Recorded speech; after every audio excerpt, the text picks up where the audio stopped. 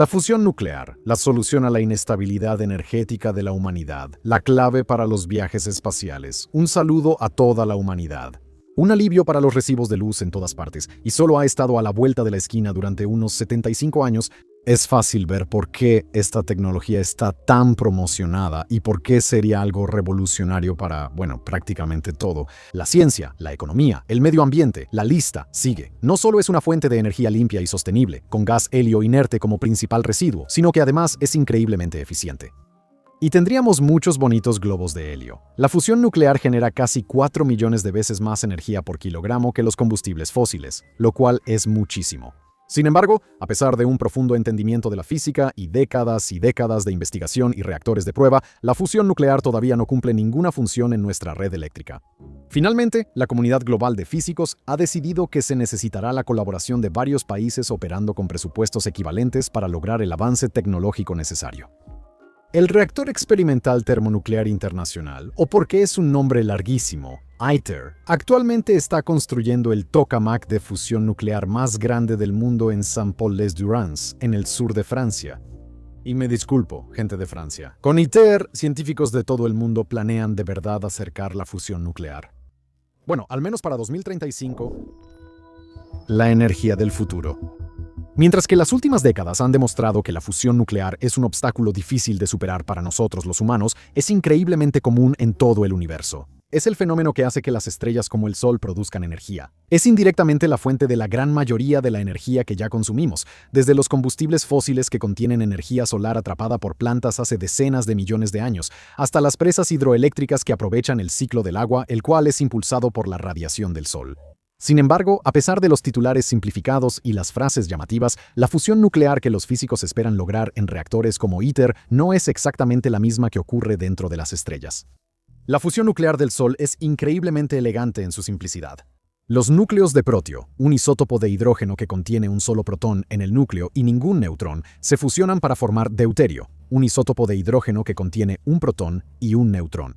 El detalle aquí, si te das cuenta, es que uno de los protones debe de alguna manera convertirse en un neutrón.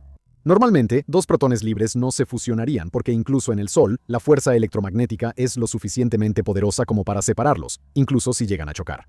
Sin embargo, si la fuerza nuclear débil hace que uno de estos protones sufra una desintegración beta más justo en el momento en que chocan, la fuerza nuclear fuerte puede tomar el control y superar la fuerza electromagnética, manteniendo así el núcleo unido y formando deuterio. La desintegración beta más libera simultáneamente un positrón y un neutrino. Ahora, dado que esta parte del proceso depende esencialmente del azar, es sumamente ineficiente. Los protones en el núcleo del Sol deben esperar un promedio de 9.000 millones de años antes de encontrar con éxito un compañero con quien fusionarse. Sin embargo, una vez que eso sucede, desencadena una rápida serie de eventos llamada la cadena PP. Cadena PP, en serio. Gracias al neutrón adicional y al poder de la fuerza nuclear fuerte, un núcleo de deuterio recién formado necesita solo 4 segundos para fusionarse con otro protón libre, creando así helio 3. Este es un isótopo de helio con 2 protones y un neutrón. Y sí, las matemáticas cuadran. Sin embargo, las cosas no terminan ahí. Con un tiempo de espera promedio de 400 años, que sigue siendo bastante rápido comparado con el primer paso, 2 núcleos de helio 3 se encuentran para fusionarse para formar helio 4, un isótopo de helio con 2 protones y 2 neutrones. Y sí, las matemáticas funcionan, pero si estás siguiendo el proceso, te darás cuenta de que esto deja 2 protones sin contabilizar. Esta vez son expulsados de nuevo al plasma del Sol, donde pueden comenzar todo el ciclo otra vez, es decir, una espera de 9.000 millones de años. En el caso de nuestro Sol, al menos por ahora, este helio 4 simplemente se queda ahí, relajándose en el constante caos infernal que ocurre a su alrededor. Sin embargo, dentro de unos 5.000 millones de años, llegará el día en que no quedará suficiente hidrógeno para producir la fusión necesaria que genere la presión hacia afuera para resistir la gravedad. El núcleo del Sol colapsará y la mayor compresión y calor harán que el helio también comience a fusionarse. En algo llamado el proceso triple alfa, el Sol producirá berilio y luego carbono y finalmente oxígeno. Ahora, el Sol no tiene suficiente masa para continuar a partir de ahí. Expulsará sus capas exteriores para formar una nebulosa planetaria, dejando atrás un pedazo brillante de carbono y oxígeno llamado una enana blanca. Sin embargo, las estrellas más grandes, aquellas al menos 8 veces más pesadas que nuestro Sol, o sea, bastante grandes, pueden seguir adelante. Incluso podrían fusionar núcleos de oxígeno para crear silicio y finalmente hierro antes de explotar en una gran supernova. La sopa de plasma de protones chocando entre sí solo puede mantenerse contenida dentro del Sol debido a su enorme tamaño. Con 150 gramos por centímetro cúbico, su núcleo es más de 10 veces más denso que el plomo sólido, y la gravedad resultante mantiene suficientes protones lo suficientemente cerca como para que ocurra la fusión nuclear. Incluso si ese paso inicial toma 9.000 millones de años. Los ingenieros nucleares no tienen el lujo de esperar 9.000 millones de años ni de contar con una masa 330.000 veces la de la Tierra. Como resultado, deben usar imanes realmente poderosos para contener el plasma y utilizar combustible que ya pueda fusionarse sin la fuerza nuclear débil. Específicamente, un reactor tokamak como ITER utiliza deuterio y tritio, un isótopo de hidrógeno aún más pesado que consiste en un protón y dos neutrones. Además, como no pueden hacer que el combustible sea tan denso como el del Sol, deben calentarlo aún más para asegurarse de que las partículas se muevan lo suficientemente rápido como para fusionarse cuando colisionan.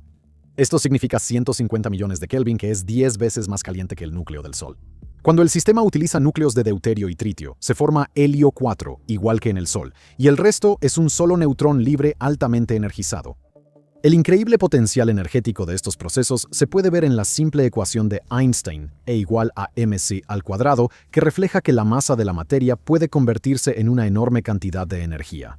Imagina 1 kilogramo de combustible estelar mientras pasa por toda la cadena pp. Primero tenemos 4 núcleos de protio, cada uno con una masa de 1.0078 U. Esa es la unidad estandarizada para la masa atómica, para un total de 4.0313 U. Para cuando tenemos un átomo de helio 4, solo tenemos alrededor de 4 U. Nos falta aproximadamente 0.03 o cerca del 0.7% de la masa con la que empezamos. Si estamos hablando de un solo kilogramo de combustible, eso significa que perdimos 7 gramos. Puede que no parezca mucho, pero ponlo en la ecuación de Einstein.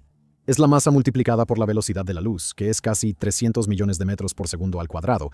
El resultado es una cantidad absolutamente asombrosa de 6.4 por 10 a la potencia de 14 julios de energía. Eso es aproximadamente 177.000 megavatios hora, que es suficiente energía para abastecer una ciudad del tamaño de Boulder, Colorado, por más de un mes. Con 7 gramos. A pesar de tener un combustible más eficiente, un tokamak como ITAS no rinde tanto por lo que cuesta. Haciendo los mismos cálculos, solo obtienes unos miserables 93.700 megavatios hora suficiente para abastecer Boulder durante unas 3 semanas.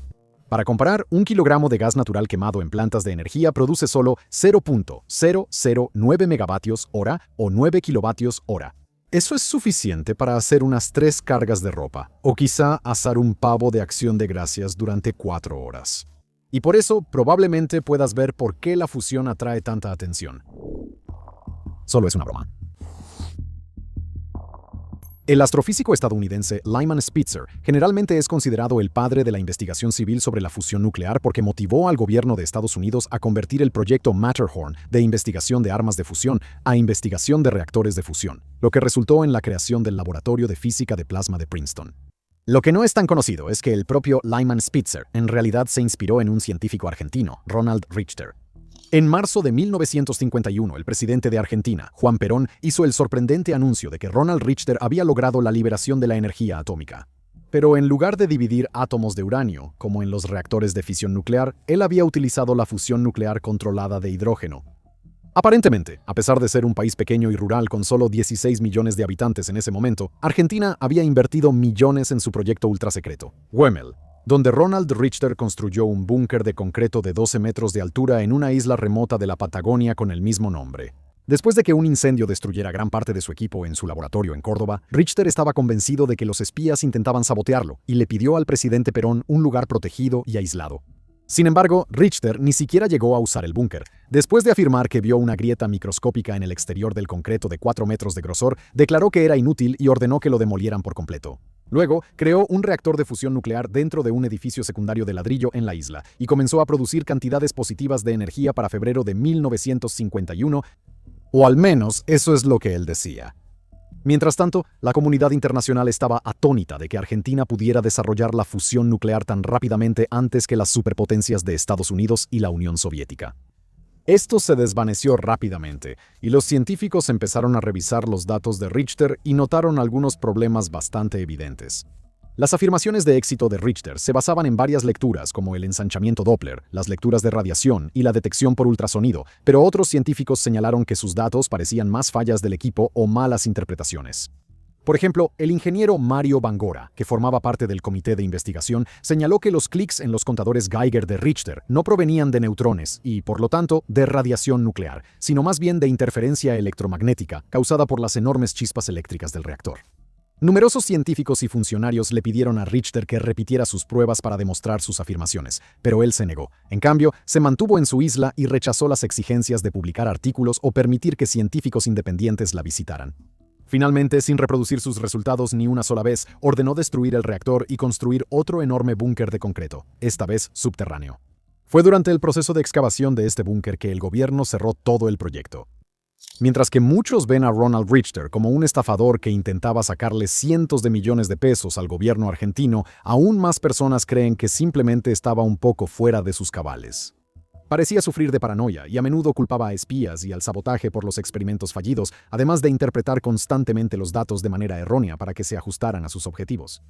3 años después de que el proyecto fuera cancelado, un golpe militar derrocó al presidente Juan Perón y el nuevo gobierno arrestó a Richter por fraude y malversación de fondos estatales. Estuvo en prisión por poco tiempo, pero finalmente pasó la mayor parte del resto de su vida en Buenos Aires, en un suburbio, antes de morir en 1991 sin haber admitido nunca que estaba equivocado acerca de su reactor. Las ruinas de las instalaciones en las Islas Canal siguen siendo visibles hasta el día de hoy, y salen barcos desde la cercana Bariloche para que los visitantes puedan echar un vistazo, por si alguna vez les interesa. Aunque los aproximadamente $525 millones gastados en Royal Richter y el proyecto Huemel en realidad no produjeron energía neta positiva, ni siquiera fusión nuclear, no fue un desperdicio total, porque terminó inspirando a Lyman Spitzer. Después de que el astrofísico escuchó por primera vez sobre el supuesto reactor de fusión, se tomó varios días libres para ir a esquiar y pensar en el diseño de Richter, específicamente en la idea de confinar plasma caliente dentro de un campo magnético.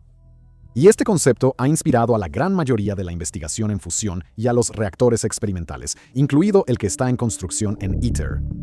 Donas de plasma. Un reactor de fusión nuclear debe superar algo llamado la barrera de Coulomb. Este es el punto en el que 2 protones están lo suficientemente cerca como para que la fuerza nuclear fuerte tome el control y se fusionen, en lugar de ser repelidos por la fuerza electromagnética.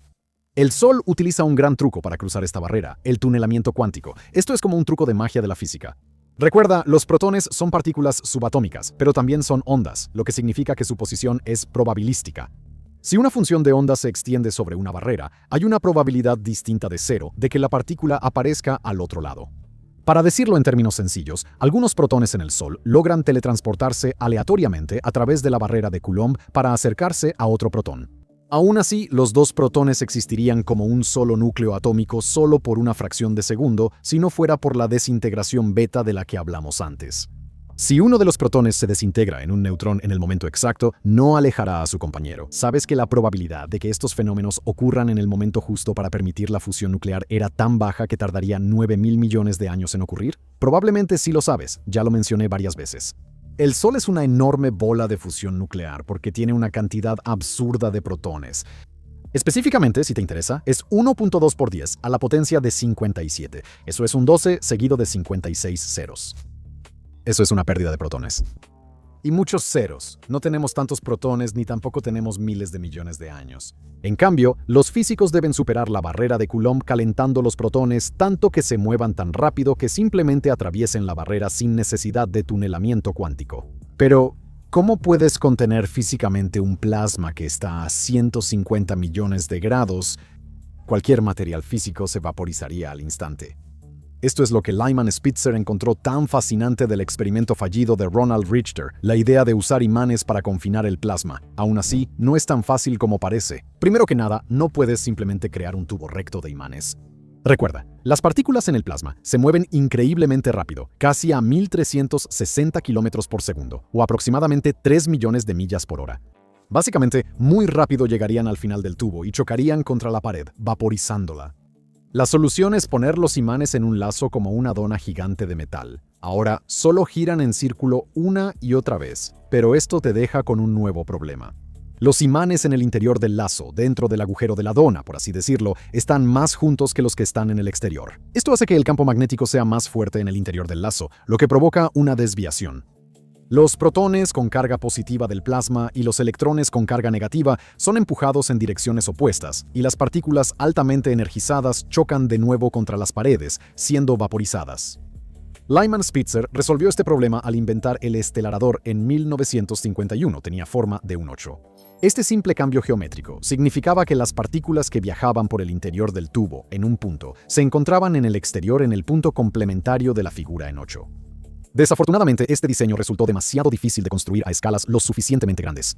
Otros físicos han intentado adaptar el estelarador manteniendo una forma simple de dona, pero usando imanes 3D altamente retorcidos para torcer el plasma mientras viaja a través del tubo. Sin embargo, estos imanes son una pesadilla de ingeniería y requieren una precisión microscópica. En su lugar, otro diseño ha llegado a dominar la investigación de la fusión nuclear, el tokamak. Originario del acrónimo ruso para toroide o cámara con bobinas magnéticas, es un invento soviético atribuido a los ganadores del premio Nobel Andrei Sájarov e Igor Tamm. Irónicamente, los dos físicos habían desarrollado completamente su plan para el tokamak con confinamiento magnético y lo pusieron en manos de la alta jerarquía soviética, específicamente Lavrent Beria, quien supervisaba el programa de investigación nuclear de la URSS antes del proyecto Hoymolder-Bachel. Pero Beria aparentemente no mostró interés en la idea porque nunca les respondió. Eso fue hasta que Ronald Richter apareció en los titulares. En abril de ese año, Dmitry Efremov del Instituto de Investigación Científica de Aparatos Electrofísicos de la URSS. Otro nombre larguísimo irrumpió en la oficina de Igor Kurchatov, el director del proyecto de la bomba atómica de la Unión Soviética, y exigió saber por qué Argentina les había ganado en la fusión nuclear. Kurchatov contactó a Beria, y el 5 de mayo el propio Iosif Stalin firmó la propuesta del tokamak. El tokamak mantiene la forma simple de dona, pero resuelve el problema de los imanes al hacer pasar una poderosa corriente eléctrica a través del propio plasma. Esto crea un campo magnético circular llamado campo poloidal que hace que el plasma se retuerza en forma de hélice. De esta manera, las partículas pasan uniformemente a través de los diferentes campos magnéticos y no son lanzadas contra las paredes del reactor. El primer tokamak funcional, llamado T1, fue finalmente creado en 1958 bajo el liderazgo de Lev Artsimovich. Ese mismo año, la URSS dio a conocer gran parte de su investigación sobre fusión en la segunda reunión de átomos para la paz en Ginebra, presentando la idea a los físicos occidentales. Irónicamente, sin embargo, el diseño fue mayormente ignorado ya que los soviéticos aún no habían logrado resultados notables. El estelarador fue la estrella, con todo el juego de palabras, del evento. El tokamak sigue siendo principalmente un proyecto soviético. Luego, en 1968, en una conferencia internacional de energía atómica en Novosibirsk, Artsimovich anunció que su tokamak T3 había alcanzado temperaturas de plasma de 10 millones de Kelvin y lo había mantenido confinado por más de 10 milisegundos. Ahora, puede que no parezca mucho, pero estaba muy por delante de cualquier cosa que los estelaradores occidentales o cualquier otro diseño alternativo hubieran logrado. Naturalmente, los científicos en Estados Unidos y Europa Occidental eran escépticos, tal como lo habían sido con las afirmaciones de Richter. Sin embargo, a diferencia de Richter, Artsimovich no tenía ningún misterio detrás de sus resultados e invitó a un equipo de 5 científicos del laboratorio Coulomb en el Reino Unido a visitar la URSS y verificar el trabajo de su equipo. En 1969, el enviado británico apodado Los 5 de Coulomb pasó meses en Moscú, confirmando que las afirmaciones soviéticas eran realmente ciertas. La investigación sobre la fusión nuclear cambió para siempre. Todos abandonaron el estelarador y se apresuraron hacia el tokamak, que hasta el día de hoy sigue dominando la financiación y el enfoque de la industria. Por ejemplo, en el sector privado, Commonwealth Fusion Systems en Massachusetts actualmente lidera la financiación con $3,000 millones. Ellos están usando el diseño tokamak. Sin embargo, esto es una cantidad mínima comparado con el enorme presupuesto de construcción de ITER de $20,000 millones. ¿Con qué diseño se quedó este megaproyecto? Sí, eligieron el tokamak, por supuesto que lo hicieron. Plasma caliente de la Guerra Fría. Así que, con una fecha de ignición en 2035, es increíble pensar que la creación de ITER data de antes de que yo naciera, justo en medio de la tensión de la Guerra Fría. A pesar de estar en una carrera armamentista con la amenaza constante de una tercera guerra mundial, Estados Unidos y la Unión Soviética lograron dejar de lado sus diferencias para reunirse en Ginebra en la cumbre de las superpotencias en 1985. Fue la primera reunión entre el presidente estadounidense Ronald Reagan y el recién nombrado secretario general soviético Mikhail Gorbachev. Los dos líderes discutieron sobre programas militares y armas nucleares, pero encontraron un punto en común en el tema de la fusión nuclear. En gran parte gracias al asesor científico de Gorbachev, Evgeny Belikov, quien insistió a su jefe que un esfuerzo colaborativo internacional era la única manera de lograrlo. En su declaración final conjunta, los hombres más poderosos del mundo abogaron formalmente por el desarrollo más amplio y práctico de la cooperación internacional en la fusión nuclear para el beneficio de toda la humanidad. Se desarrollaron planes más formales en 1986 en la cumbre de Reykjavik, donde se formó el Comité de la Iniciativa Cuadripartita, compuesto por Estados Unidos, la Unión Soviética, Japón y la Comunidad Europea de Energía Atómica, o Euratom, que en ese momento representaba a 12 países, incluyendo Francia, Alemania Occidental y el Reino Unido. En 1987, el Comité de la Iniciativa Cuadripartita se reunió en la sede del Organismo Internacional de Energía Atómica, o OIEA, en Viena, donde resolvieron los detalles diplomáticos y la estructura organizativa. También decidieron el nombre, el Reactor Experimental Termonuclear Internacional, aunque de inmediato consideraron que era un nombre complicado y decidieron llamarlo ITER, que también significa el camino en latín. Finalmente, en 1988 comenzó el trabajo científico real. Un equipo de alrededor de 50 físicos e ingenieros de los 4 socios se reunió en el Instituto Max Planck de Física del Plasma en Garching, Alemania, que en ese entonces era Alemania Occidental. Para 1990, lograron presentar con éxito su primer diseño conceptual para el reactor de prueba, demostrando algo que posiblemente era más importante que la física fundamental de la fusión nuclear. Demostraron que, a pesar de la intensa hostilidad entre algunas de las naciones participantes, sus científicos podían unirse para colaborar por un objetivo común para toda la humanidad. Los primeros tropiezos. Hasta 1992. ITER estaba en su infancia. Los científicos y diplomáticos involucrados eran optimistas, plasmando grandes planes sobre el papel y jugando con los números. Pero luego tuvieron que llevar esos planes al mundo real, donde los presupuestos de miles de millones de dólares, la política interna impredecible y las tensas relaciones internacionales los esperaban. El primer gran tropiezo llegó en 1998. Después de unos 6 años creando el diseño final del reactor, el equipo de actividades de diseño de ingeniería reveló el precio: $10,000 millones. El Congreso de Estados Unidos reaccionó con total incredulidad y sacó por completo a Estados Unidos del proyecto en 1999. Sin la financiación de Estados Unidos, el presupuesto viable para ITER se vio severamente restringido. Los 3 miembros restantes, Rusia, que había tomado el lugar de la Unión Soviética, Japón y Euratom, que para entonces representaba a la Unión Europea y sus 15 Estados miembros, y Canadá. Curiosamente, les tomó 2 años llegar a un diseño mucho más reducido, conocido como ITER-FIT para tokamak avanzado de energía de fusión. Aunque básicamente redujo los costos a la mitad, el equipo creía que mantenía los objetivos científicos principales. Este es esencialmente el plan que sigue ITA hoy en día. Otro gran problema surgió al elegir el sitio. Aunque puede que no domine las páginas de los libros de historia de la preparatoria, esto en realidad se convirtió en uno de los estancamientos diplomáticos más dramáticos en la historia científica moderna y se volvió un símbolo geopolítico importante de la época. Inicialmente hubo 4 propuestas. Clarington en Canadá, cerca de Toronto; Vandellós en España, cerca de Barcelona; el campus de Cadarache en Saint-Paul-les-Durans, Francia, cerca de Marsella; y Rokasho en Japón. Todas estas ubicaciones tenían sus ventajas. El sitio propuesto por Canadá en Clarington estaba justo al lado de la instalación de eliminación de tritio de Darlington. Debido a que los reactores nucleares domésticos de Canadá, los reactores CANDU, utilizan agua pesada, producen tritio como subproducto. El tritio es increíblemente raro y radiactivo, pero ITER necesitaría un suministro constante, lo que hace que Clarington sea ideal. De manera similar, el sitio de España, cerca de Barcelona, estaba cerca de una planta nuclear existente. Más importante aún, estaba junto a un enorme puerto de aguas profundas que habría sido una gran ventaja para la logística del proyecto. La ubicación propuesta por Francia tenía una gran ventaja, ya que Cadarache ya era el hogar del tokamak Thor Supra, ahora llamado West. Esto significaba que Saint-Paul-les-Durans ya tenía una cultura nuclear y precisamente la fuerza laboral especializada y educada que ITER necesitaría. Por último, Rokasho en Japón se benefició del acceso costero a puertos como Vandellós, y la ciudad ya contaba con una planta de reprocesamiento nuclear. Además, el gobierno japonés se comprometió a construir una villa internacional de clase mundial para los científicos de ITER. En 2003, los participantes acordaron la fórmula de reparto de costos para el sitio de ITER. Al país anfitrión se le impondría una factura enorme, el 48% del costo total de construcción, mientras que el 52% restante se dividiría entre los otros socios. Basado en el presupuesto de ese momento, eso significaba alrededor de $5,500 millones. Canadá se retiró de la competencia. Mientras tanto, Euratom decidió que debían unificarse detrás de un solo candidato.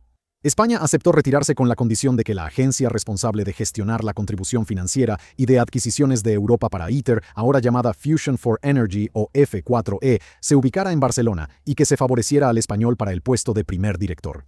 Ese mismo año, Estados Unidos bajo el presidente George W. Bush se reincorporó a ITER y China y Corea del Sur también se unieron. Las 2 propuestas de ubicación restantes dividieron a los miembros.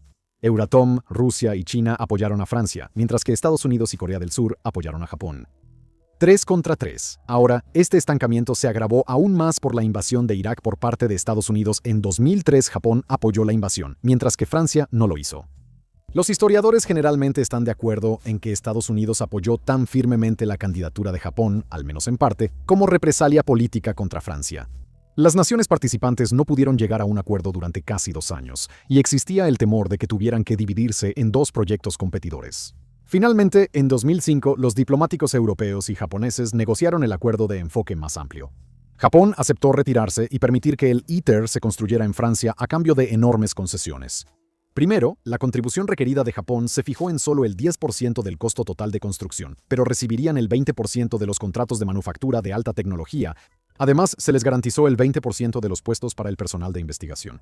Y por último, pero no menos importante, Euratom subsidiaría fuertemente un centro de investigación de fusión paralelo en Japón, incluyendo la modernización de un tokamak japonés existente llamado KOTA-T60SA, y la construcción de la instalación internacional de irradiación de materiales de fusión para probar materiales para futuros reactores comerciales.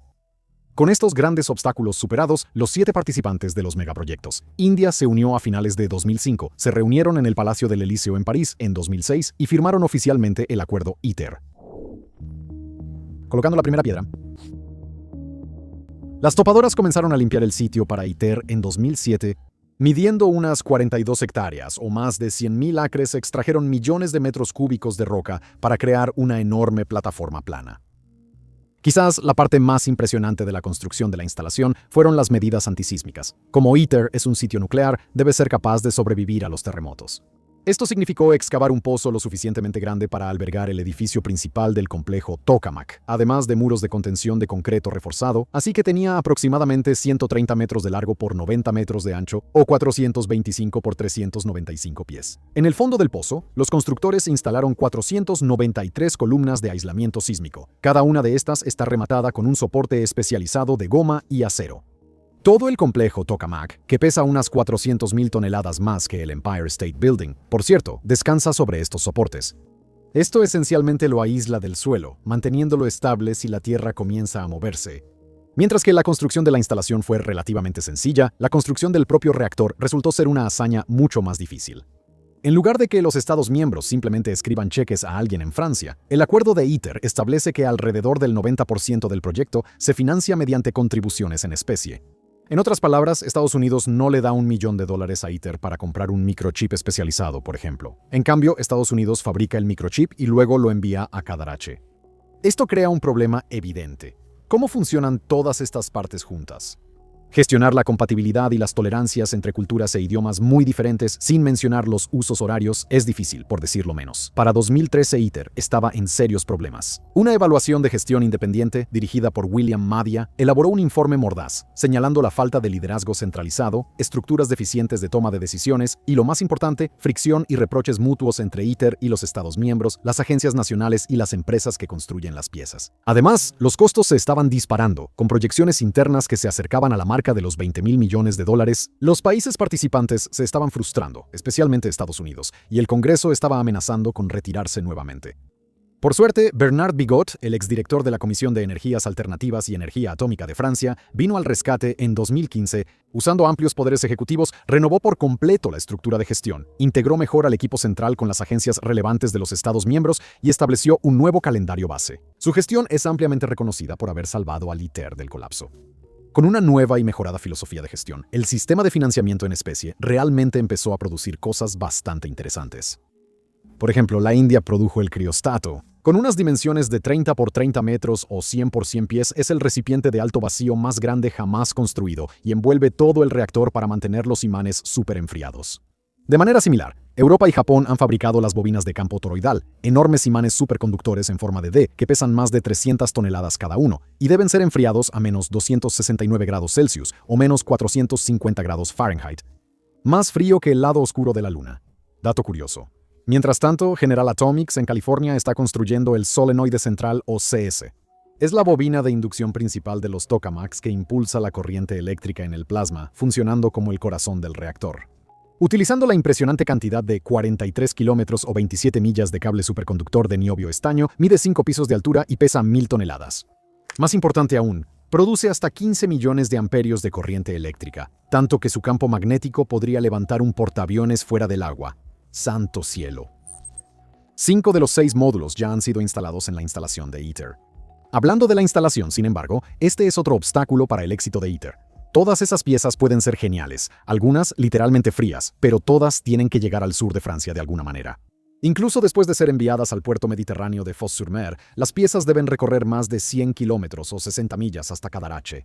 Para facilitar esto, Francia gastó más de 100 millones de euros para crear la ruta de ITER. Esto incluyó modificar carreteras existentes, reforzar puentes y construir desvíos alrededor de los pueblos. Luego contrataron a la empresa de logística Daha para operar transportadores modulares autopropulsados, o SPMTs, para llevar las piezas increíblemente pesadas al sitio de construcción. Estos son verdaderas maravillas de la ingeniería por derecho propio.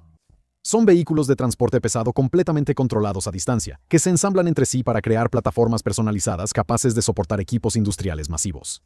A partir de 2015, estos enormes SPMT comenzaron a desplazarse por el campo francés como orugas, transportando componentes de reactores nucleares que pesan hasta 800 toneladas.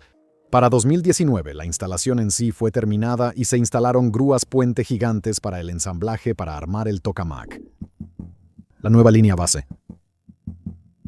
El ensamblaje del reactor tokamak avanzó durante los primeros años de la década de 2020, con entregas regulares de componentes, incluso a pesar de la pandemia de COVID-19. Luego, a finales de 2022 y en 2023, los ingenieros descubrieron defectos importantes en la construcción.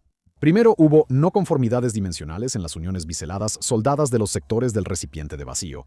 Básicamente, las enormes piezas metálicas del reactor no encajaban porque los bordes no coincidían. Con un diámetro externo de más de 19 metros o 62 pies y un peso de más de 5.000 toneladas el vasija de vacío, la cámara central del tokamak es demasiado masivo para fabricarse en una sola pieza. En su lugar, se fabricó en 9 sectores en diferentes fábricas alrededor del mundo y se enviaron a Francia. Cuando todos llegaron, los ingenieros descubrieron que sí se alineaban correctamente. Después, encontraron fisuras por corrosión bajo tensión en las tuberías de enfriamiento de los escudos térmicos. ITER utiliza escudos térmicos recubiertos de plata para proteger los imanes, que deben mantenerse increíblemente fríos, del plasma, que debe mantenerse increíblemente caliente. Los escudos están cubiertos con una red de tuberías que bombean constantemente gas helio superfrío a través de ellos. El estrés de la construcción y los productos químicos del proceso de fabricación aparentemente causaron grietas microscópicas en estas tuberías, lo que podría provocar que los escudos térmicos fallen y destruyan los imanes. El ensamblaje del tokamak tuvo que detenerse mientras los ingenieros averiguaban cómo reparar estos componentes que en su mayoría fueron fabricados en otros países. Como resultado, ITER canceló totalmente sus planes para el pulso de plasma programado para 2025. En realidad, esto iba a ser más bien una maniobra de relaciones públicas de todos modos. El reactor aún estaría incompleto, pero un breve destello de plasma de hidrógeno de baja energía demostraría que los imanes funcionaban y que el vasija de vacío no se desmoronaría. En otras palabras, un concepto breve, aunque realmente sin ningún valor científico.